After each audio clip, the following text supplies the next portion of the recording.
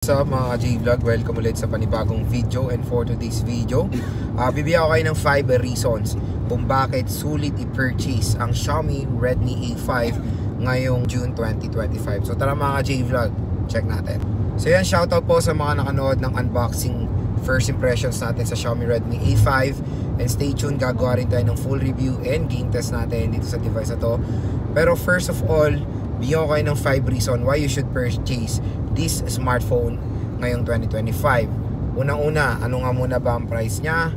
The SRP of the Xiaomi Redmi A5 is 3599 for the 3GB 64 and 4099 for the 4GB 128. Itong nakaka-excite na part dyan, pag binili nyo to sa online, lalo-lalo na dito sa ating shopping bag.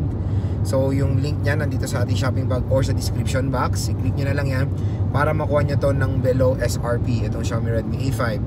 Makukuha nyo na to ng I think nakuha ko to 4GB 128 sa halagang 3.5 3.5 to 3.7. So ganun kamura lang siya. Tapos yung 3GB 64 parang nasa saktong 3,000 pesos. So kung makikita nyo, malaki rin naman na matitipid nyo pag bumili kayo dito sa ating link, dito sa ating shopping bag. Kaya wag na kayo magdalawang isip pa, lalo na magsi-6.6 sale. Meron na kayong chance makuha ito ng bagsak presyo lang. Okay, so yun nga, ang Xiaomi Redmi A5 ay kakalabas lang dito sa Philippines, I think noong May 2025. Kung marami rin sa comment section nga na gawin natin itong full review, kaya stay tuned lang. Pero at least dito sa video na to, magkaroon na kayo ng idea or magkaroon na kayo ng guide kung bakit sulit din i-purchase ang Xiaomi Redmi A5. First reason why you should buy this smartphone, of course, affordability. Ay isa sa mga smartphone na sobrang mura ngayon sa market. Biruin mo mga J-Vlog, 3 to 4,000 pesos, magkakaroon ka na ng smartphone na merong gorgeous design, hindi lang yon, at mga ibang mga gandang specifications. Sulit din naman ang ma-offer niya na 4GB 128 sa halagang 3 to 4,000 pesos.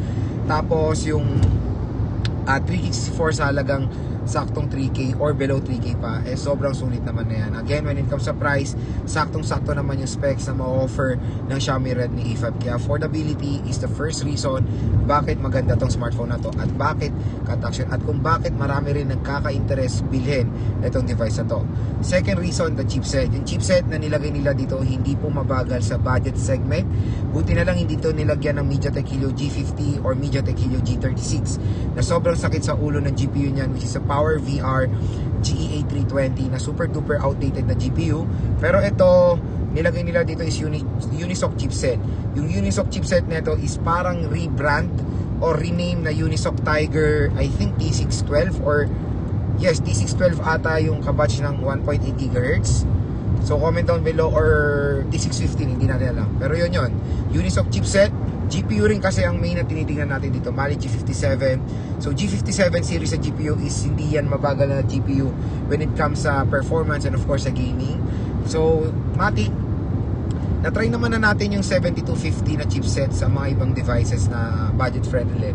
And so far nakaka-handle din naman yun ng mga modern games today, ML, COD, Fahrenheit 84, Genshin I think sa pinaka low settings, pero nag-frame drop siya. Pero stay tuned lang, i-game test natin itong smartphone na to. Kaya again, when it comes sa day-to-day use, hindi gaming ang side, okay naman pong i-recommend ang Xiaomi Redmi A5 sa chipset. Hindi po siya mabagal, hindi po siya delay mag-open ng apps. Kasi yung Helio G50, scrolling pa lang sa social media, scrolling pa lang or opening ng apps, medyo nakaka-experience na tayo ng delay response. Pero dito sa Xiaomi Redmi A5 wala naman.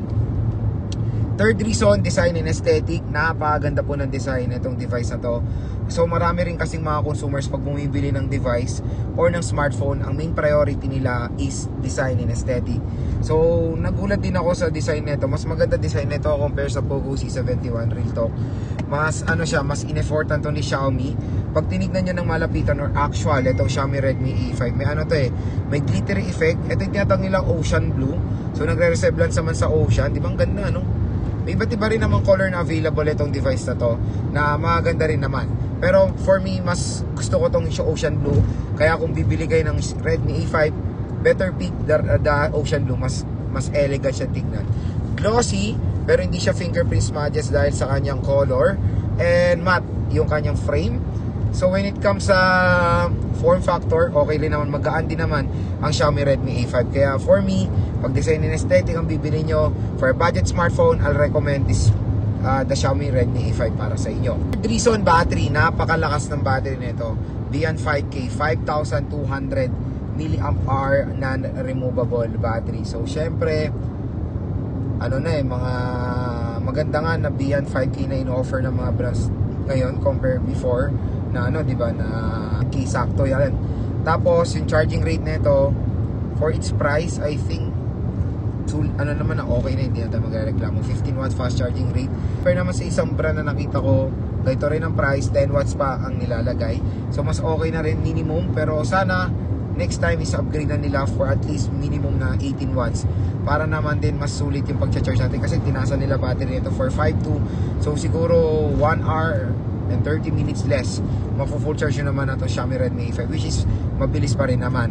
Pero when it comes sa performance ng battery, asahan nyo na matagal din malobat itong Xiaomi Redmi A5 dahil meron siyang huge battery capacity. Third, final reason, of course, display. Ito rin yung isang buying factor sa Xiaomi Redmi A5, yung display niya napakalaki, 6.88 inches mga J-Vlog, napaka-solid. Tapos hindi lang yon, 120Hz screen refresh rate for its price tag na 3,000 to 4,000 pesos. Yung resolution niya is very acceptable sa ganitong presyo na HD plus 720p. Pero ang main factor dito is yung screen size, napakalaki, almost 6.9. Perfect na perfect siya.